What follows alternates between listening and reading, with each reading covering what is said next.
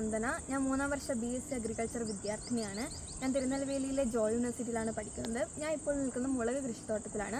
അതുകൊണ്ട് തന്നെ ഞാൻ നിങ്ങൾക്കിന്ന് പരിചയപ്പെടുത്തി തരുന്നതും മുളക് ചെടിയെ തന്നെ ആക്രമിക്കുന്ന പ്രധാനപ്പെട്ട ഇലപ്പേനുകൾ അഥവാ ത്രിപ്സിനെ കുറിച്ചും അതുമൂലം ചെടികൾക്കുണ്ടാവുന്ന മാറ്റങ്ങളും അതിനെ എങ്ങനെയൊക്കെ പരിപാലിക്കാം എന്നതും കൂടിയാണ് ഞാൻ നിങ്ങൾക്കിതിലൂടെ പറഞ്ഞു തരുന്നത്.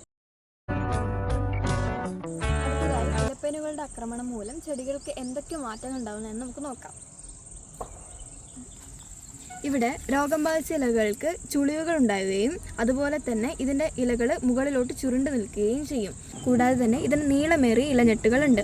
ആ ഇലഞ്ഞെട്ടുകൾ പൊട്ടുകയും താഴെ വീഴുകയും ചെയ്യും. അതോടൊപ്പം തന്നെ ഇതിൻ്റെ പ്രാരംഭഘട്ടത്തിൽ ഇതിൻ്റെ വളർച്ച മുരടിക്കുകയും അതിൻ്റെ പൂക്കളുടെ ഉൽപ്പാദനവും കായകളുടെ ഉൽപ്പാദനവും കുറയും. അടുത്തതായി നമുക്ക് ഇലപ്പേനുകൾ അഥവാ ത്രിപ്സ്, സ്കിർത്തോത്രിപ്സ് ഡോർസാലിസ് എങ്ങനെയൊക്കെ നമുക്ക് തിരിച്ചറിയാം എന്ന് നോക്കാം.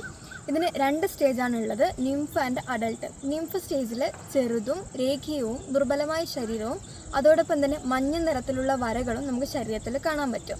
അടുത്തതായി അഡൾട്ട് സ്റ്റേജാണ്. അഡൾട്ട് സ്റ്റേജ് എന്ന് പറയുന്നത് ഇതിൻ്റെ ചിറകുകളിൽ നേരിയ നൂലുപോലുകളെ ഇങ്ങനെ നമുക്ക് കാണാൻ സാധിക്കും.